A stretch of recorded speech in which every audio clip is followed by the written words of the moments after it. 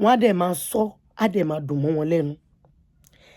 So tẹ́ bá wá ń sọ́nsìn tó ń dùn mọ́ yín lẹ́nu, ṣé ẹ rò wípé ẹ̀kọ́ gidi là ń kọ́ àwọn ọmọ wa? Ṣé ẹ rò pé tí àwọn obìnrin ìsìn ń gbà ni àwọn ọmọ tó ń bọ̀ lẹ́yìn fẹ́ gbà?